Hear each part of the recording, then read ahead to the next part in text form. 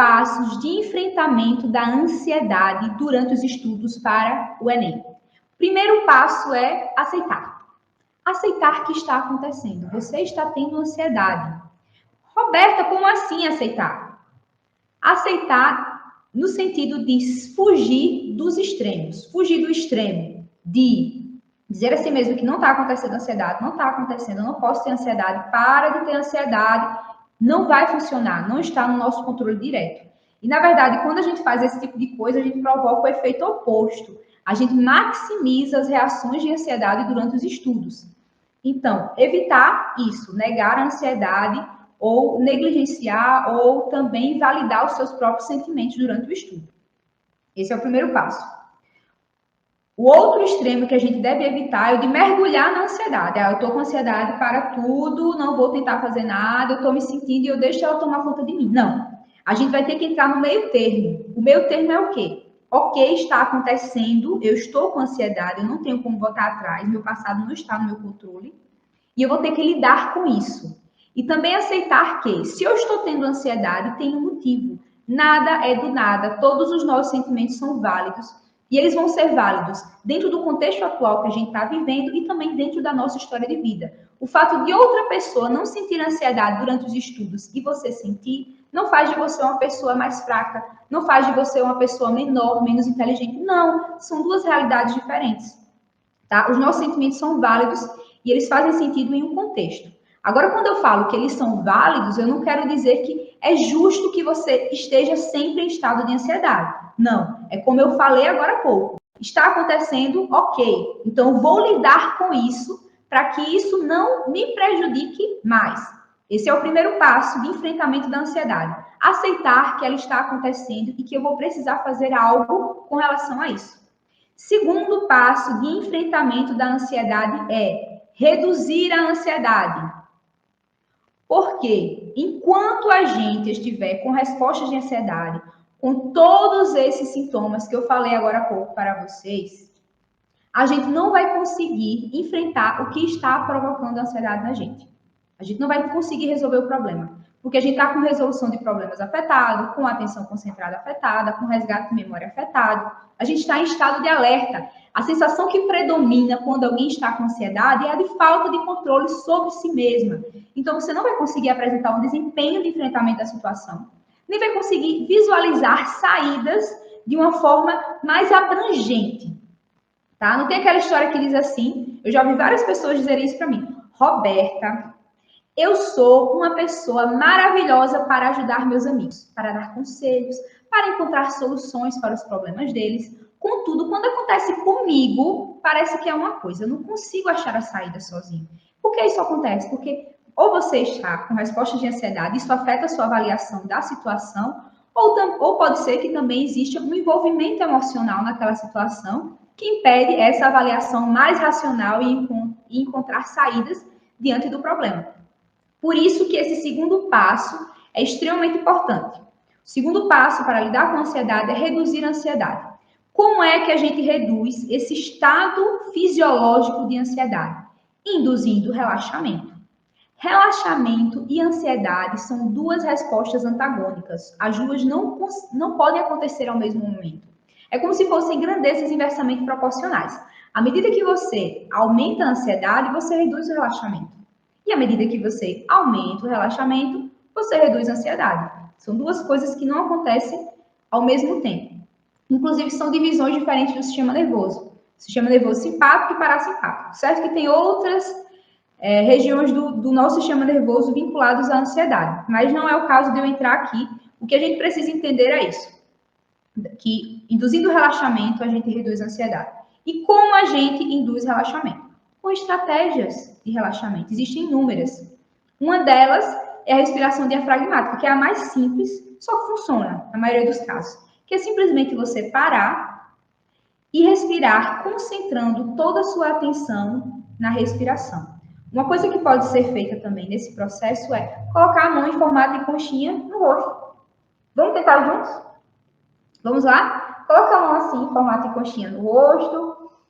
E vamos respirar. Quando eu fizer assim, você vai puxar o ar bem forte. Quando eu fizer assim, você vai soltar o ar bem lentamente. Vamos lá? Concentra toda a sua atenção em sua respiração. Vamos mais uma vez, puxa o ar bem forte. Infla o pulmão de ar, solta o ar bem lentamente. Continua com a mão de conchinha no nariz, entre o nariz e a boca. Concentra toda a sua atenção em sua respiração. Permita-se relaxar. Tá? Uma coisa que pode ser acrescentada nessa estratégia, quando você fizer sozinho, é contar em quantos segundos você inspira, quantos segundos você expira. Você vai respirando bem lentamente, até você se sentir sem ansiedade, tá? Essa é uma das estratégias, uma das mais simples. Existem outras, que não dá para eu apresentar aqui porque elas são mais longas. Existe o relaxamento progressivo, o relaxamento endógeno, dentre outros, que a gente faz dentro da clínica e que vão estar presentes no meu curso Memória Nota 1000. Eu vou abranger também essa demanda de ansiedade para que o aluno, o futuro aprovado no Enem, ele consiga alcançar um êxito dentro dos estudos e também dentro da resolução de prova. E isso requer lidar com a ansiedade. Vamos voltar, então, às 5 frentes de combate à ansiedade. A gente já falou sobre aceitar que ela está acontecendo e lidar com ela. Segundo, reduzir a ansiedade. Terceiro, agora nós vamos observar o nosso ambiente. Encontre no seu ambiente pontos de segurança, de conforto. Por exemplo, eu sou saudável, eu estou tranquila, eu estou num local seguro, eu tenho pessoas que me amam, tenho pessoas que cuidam de mim, está tudo bem. Dê sinalizações para o seu cérebro que está tudo bem, está tudo ok, está tudo tranquilo.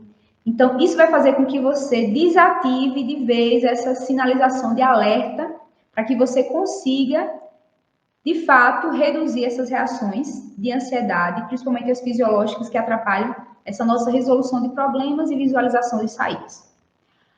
A quarta frente de combate, para que a gente consiga lidar e reduzir a ansiedade, é identificar o que está sendo gatilho de ansiedade para mim. O que está acontecendo? Lembra, se eu estou tendo ansiedade, alguma coisa está acontecendo, alguma coisa está sinalizando perigo para mim. Vamos pensar no contexto de Enem, de estudos. O que será que está sinalizando perigo para você? É um conteúdo acumulado? É uma disciplina que você tenta e não consegue? É uma aproximação de prova? É um medo da prova? O que está sendo gatilho para que você tenha ansiedade? Se existe ansiedade, existe alguma situação que está sinalizando perigo para você. Ou pode também haver um desequilíbrio químico, que são duas coisas que acontecem ao mesmo tempo no seu cérebro, tá? Então, um dos processos é justamente esse. Existe alguma sinalização. Muitas pessoas têm ansiedade e elas têm uma percepção de que a ansiedade acontece do nada. Eu recebo vários casos na clínica assim. Roberta, eu tenho ansiedade do nada. E no processo de investigação clínica, a gente vai identificando quais são os elementos que fazem com que aquela pessoa tenha ansiedade. Sempre há um motivo.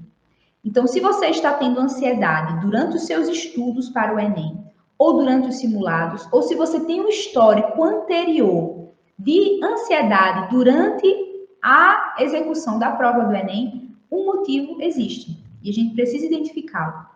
E a depender da ansiedade, você se observar, você pode ter alguns indicativos. É o conteúdo acumulado? É a dificuldade em estabelecer rotina? É a dificuldade em memorizar fórmulas, em memorizar termos? Tudo isso pode provocar, sim, uma ansiedade, porque isso está sinalizando para você um risco, o risco de não conseguir alcançar a sua aprovação. Isso é muito, minha gente, porque veja, a sua aprovação vai mudar a sua vida. Você vai entrar na universidade, você vai começar a estudar as coisas que você gosta, você vai investir no seu futuro. E grande parte da sua vida, cerca de 1/3 ou mais do tempo da sua vida, a partir de então, você vai dedicar à sua carreira, à sua profissão, aos seus estudos. Então, é uma escolha muito forte na sua vida e é um momento também muito decisivo, é um passo enorme à sua aprovação no Enem. Tá? Então, ter o risco de não ter acesso a tudo isso pode sim gerar uma resposta de ansiedade. Identificar o que está provocando vai fazer com que você passe para a próxima etapa, que é o seguinte: enfrentar. Uma regra que eu uso bastante dentro das minhas terapias, e eu vou usar também bastante dentro do curso Memória Nota 1000, é: para cada desconforto, um enfrentamento. Vamos enfrentar. Por quê? O nosso sentimento, como a gente viu agora há pouco, ele é extremamente válido. Nós precisamos respeitar o que a gente faz, o que a gente está sentindo, e a gente vai precisar aceitar que o que a gente está sentindo faz toda a lógica dentro de um contexto de vida e dentro de uma história de aprendizagens para que a gente lide com aquilo. Inclusive, na maioria das vezes, os sentimentos ruins, eles vão trazer oportunidades de crescimento, de amadurecimento. Isso a gente vai aceitar. Contudo, apesar do sentimento ter uma relevância enorme, o sentimento por si só, ele não tem poder de mudança sobre a nossa realidade. O que vai mudar a nossa realidade é o que a gente faz diante dela. Então, a gente vai precisar converter esse sentimento em uma ação. Por isso, a regra: para cada desconforto, um enfrentamento. Então, o que é esse desconforto que você está sentindo de ansiedade? Talvez o desconforto de você estar com matéria acumulada, o desconforto de não estar memorizando ou conseguindo estudar bem os conteúdos de física, de química, de biologia, ou seja, qual disciplina for. O desconforto de não estar conseguindo lembrar durante a prova do seu conteúdo. O desconforto do receio de não saber se vai aprovar ou não. O que esse desconforto pede a você de mudança na forma como você estuda? Estamos falando especificamente sobre aprovação no Enem. O que esse desconforto pede a você de mudança para que você enfrente essa mesma realidade de estudos para o Enem de uma forma diferente? Que você consiga memorizar os conteúdos de física, que você consiga ter um bom autocontrole dentro da sua rotina, consiga seguir ela, consiga ter disciplina.